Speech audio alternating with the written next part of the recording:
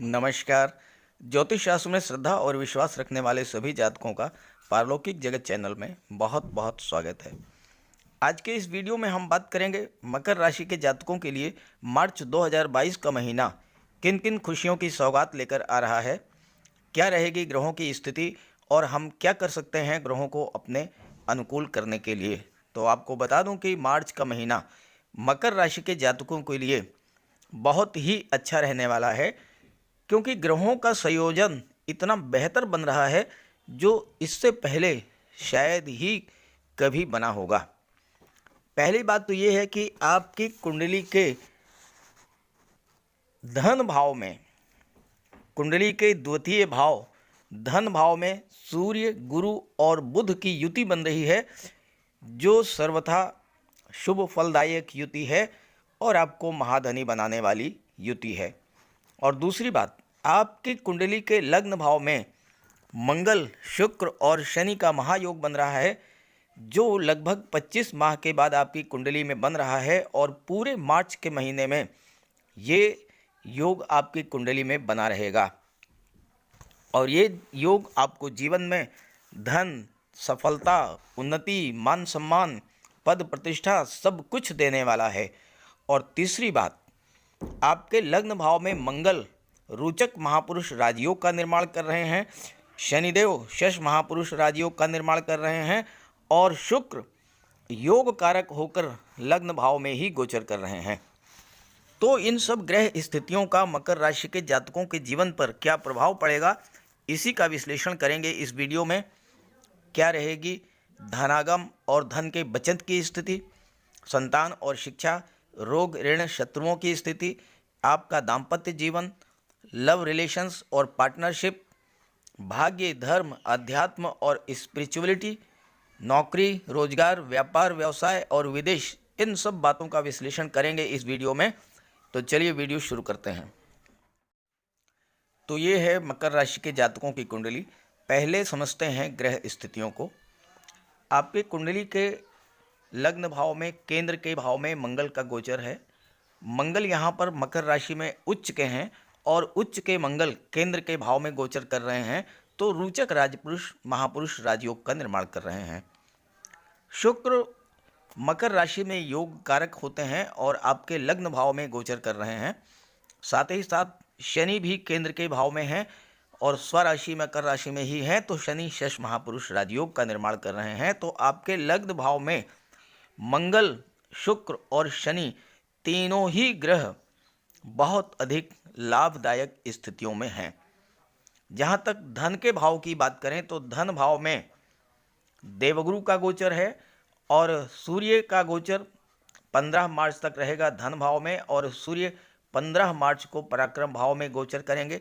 यहाँ पर बुध का भी गोचर है और बुध 24 मार्च तक गोचर करेंगे धन भाव में, और 24 मार्च के बाद बुध भी राशि परिवर्तन करेंगे और मीन राशि में गोचर करेंगे, आपकी कुंडली के पराक्रम भाव में गोचर करेंगे।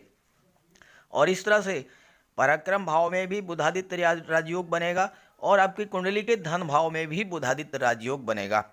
और सूर्य और गुरु की युति तो अत्यंत श्रेष्ठ मानी जाती है। तो ये है ग्रह स्थितियाँ।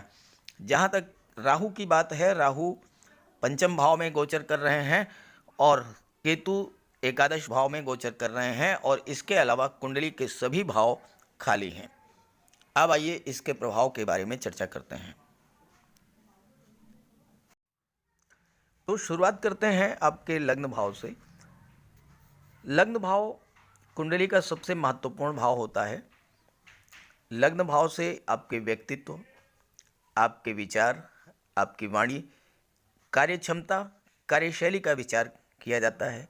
लग्न भाव से समाज में आपके मान सम्मान, आपकी पहचान, आप क्या हैं, वकील हैं, अर्थशास्त्री हैं, शिक्षक हैं, पुरोहित हैं, कोर्ट कचहरी के कर्मचारी हैं, व्यापारी व्यवसायी हैं, आपकी पहचान आपके लग्न भाव से होती है।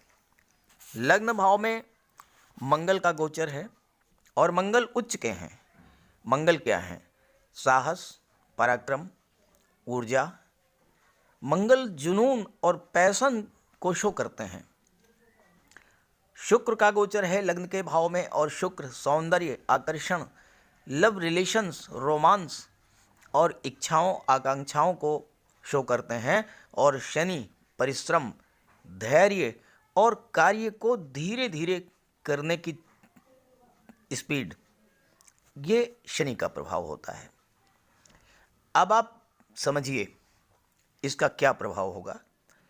आपके अंदर इच्छा है, आपकी आकांक्षा है कि आपको आईएएस बनना है, देश की सर्वोच्च प्रशासनिक सेवा में आपको जाना है, तो ये युति क्या करेगी?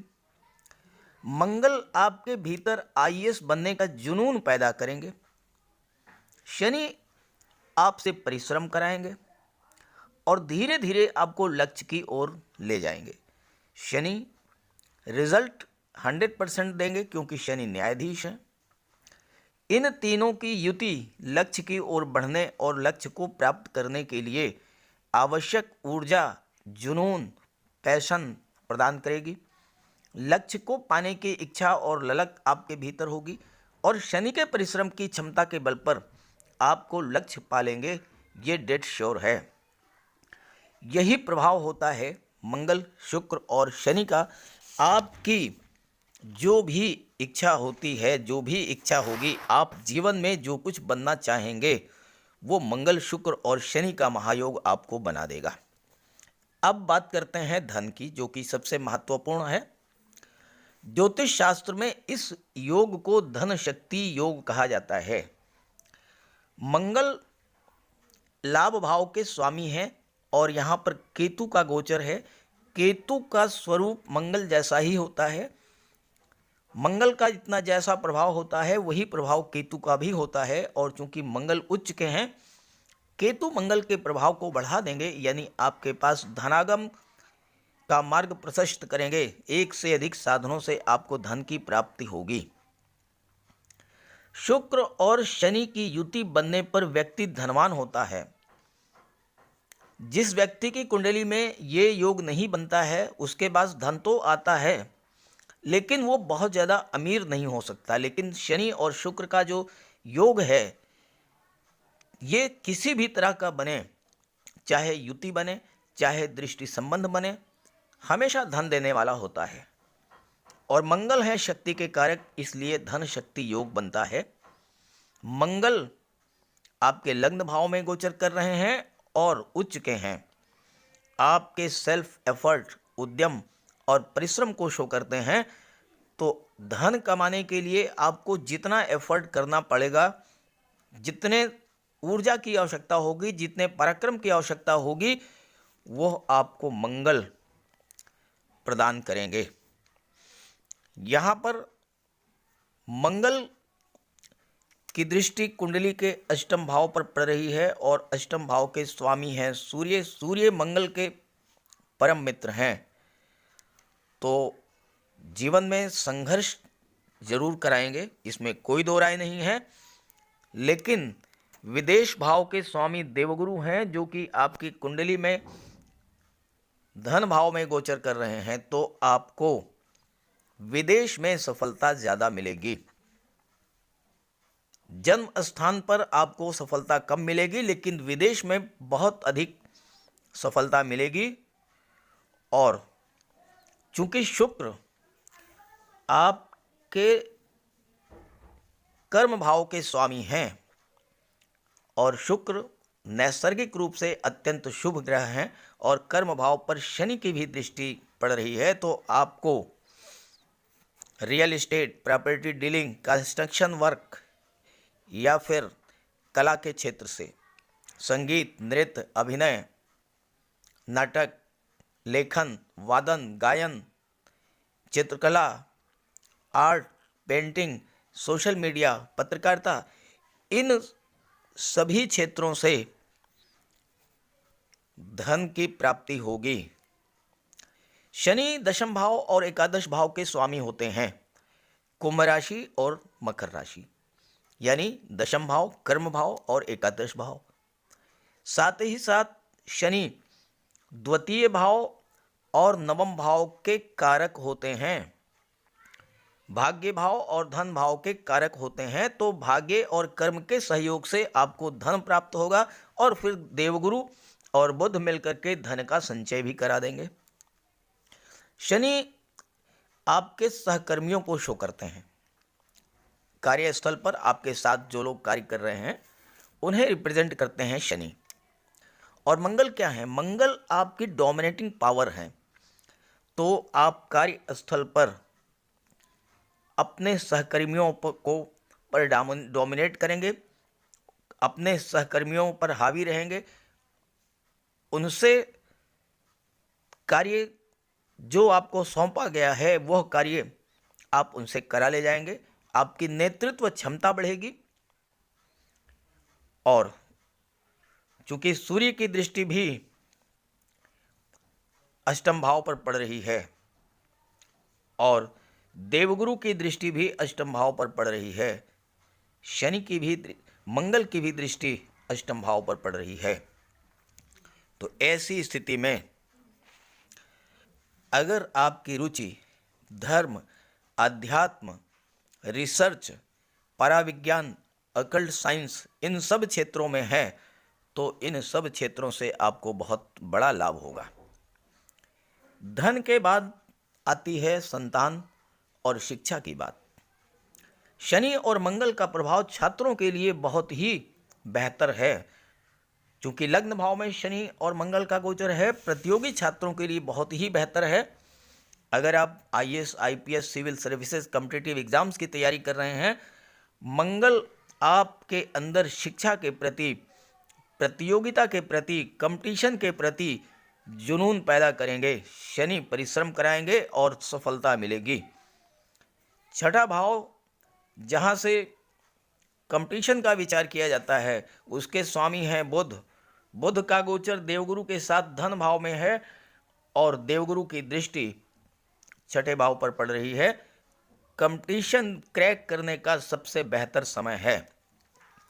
शनि आपके परिश्रम का फल निश्चित रूप से आपको देंगे और शुक्र आपकी इच्छा आकांक्षा को वृद्धि करेंगे और इन तीनों की युति लक्ष्य की ओर बढ़ने और लक्ष्य को प्राप्त करने के लिए आवश्यक ऊर्जा, जुनून प्राप्त करेगी और आप अपने लक्ष्य को प्राप्त करेंगे। परिवार के बारे में बात कर लेते हैं। सप्तम भाव से इसका विचार किया जाता है।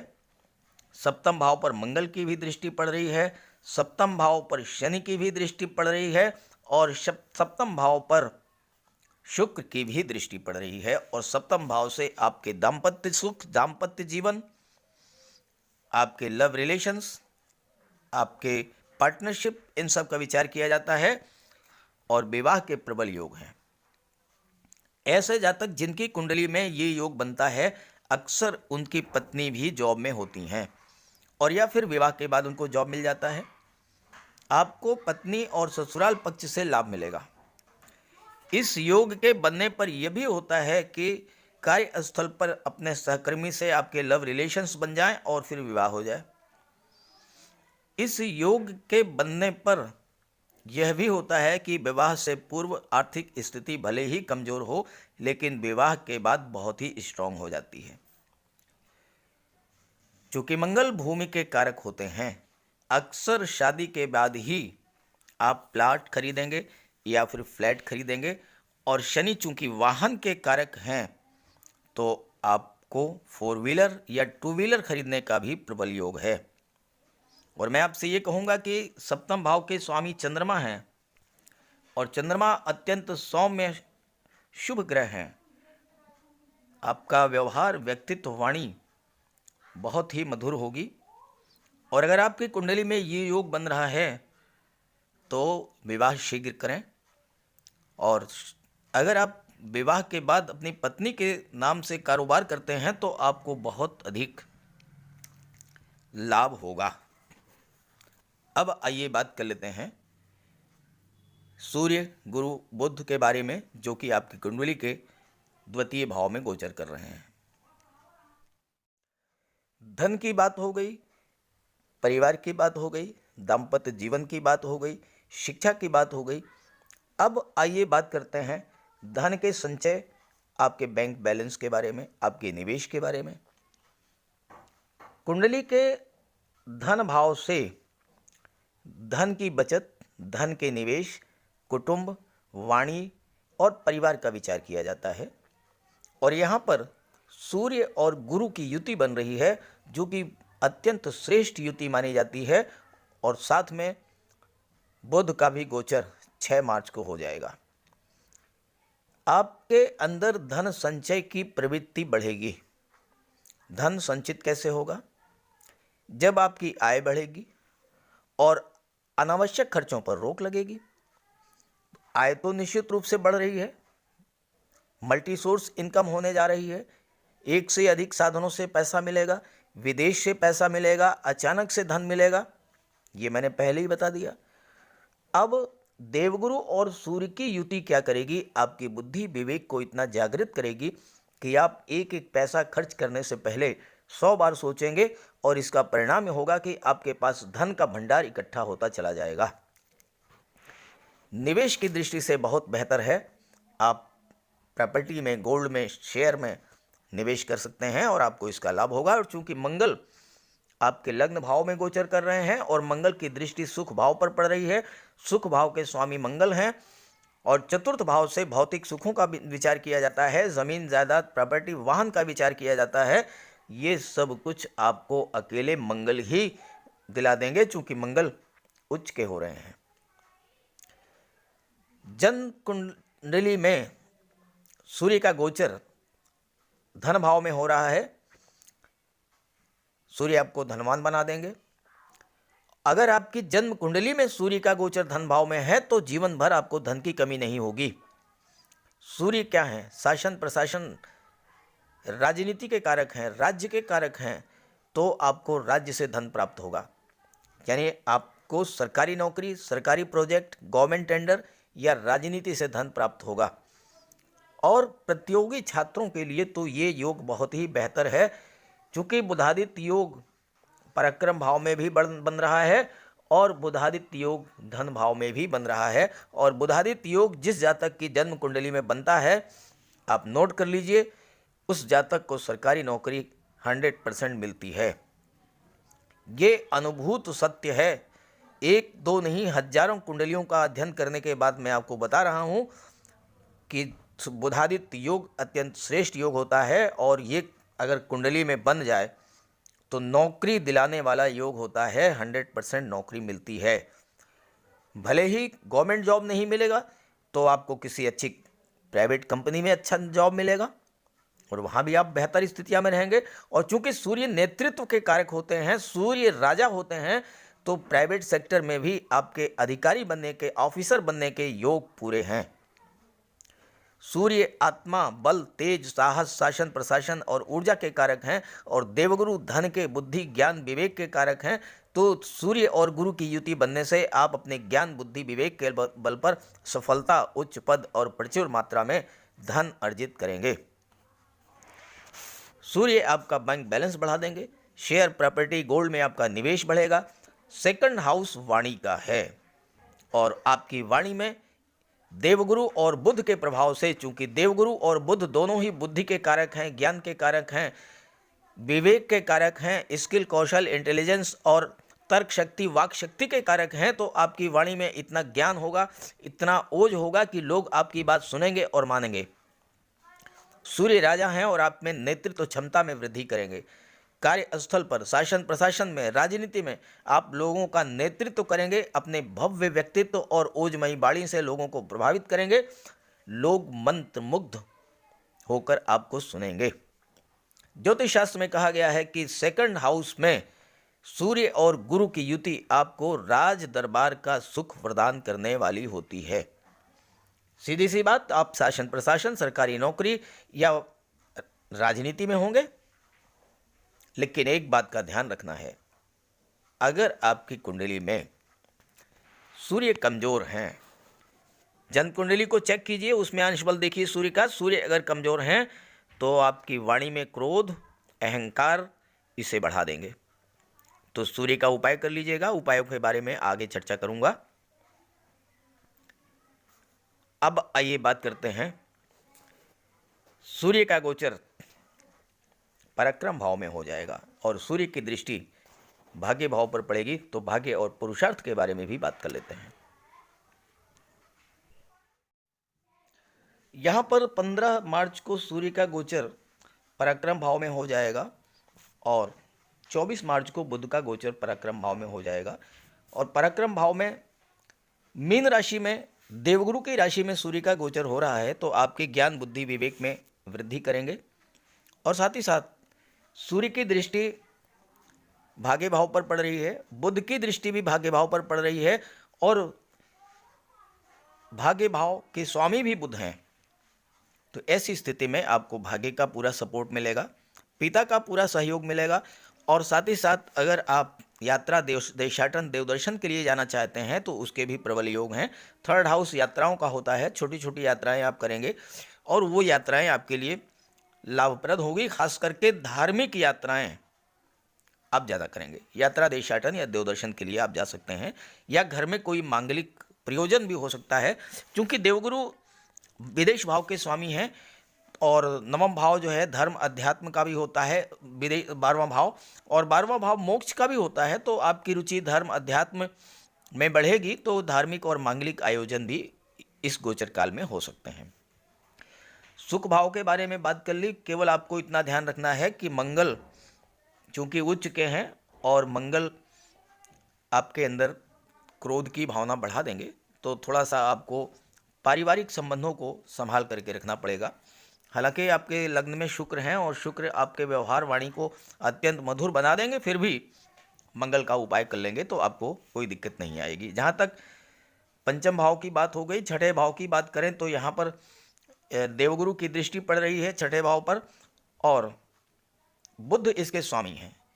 जो डॉक्टर हैं, मनोचिकित्सक हैं, मनोवैज्ञानिक हैं, साइकियाट्रिस्ट हैं, ऐसे जातकों के लिए बहुत बढ़िया रहेगा छठे भाव पर देवगुरु की दृष्टि पड़ना। और दूसरी बात यह है कि रोग ऋण या शत्रु, आपको इनसे बिल्कुल भी घबराने की ज़रूरत नहीं है, क्योंकि ग्रह स्थितियाँ बहुत अच्छी हैं। वो नॉर्मल सर्दी जुकाम हल्की फुल्की, वो उससे कोई फर्क नहीं पड़ता है। दाम्पत्य सुखों के बारे में बात कर ली। अष्टम भाव के बारे में बताया कि यहाँ पर देवगुरु की दृष्टि पड़ रही है और देवगुरु की दृष्टि पड़ने से ये होता है कि आपको दैवी सपोर्ट मिलेगा।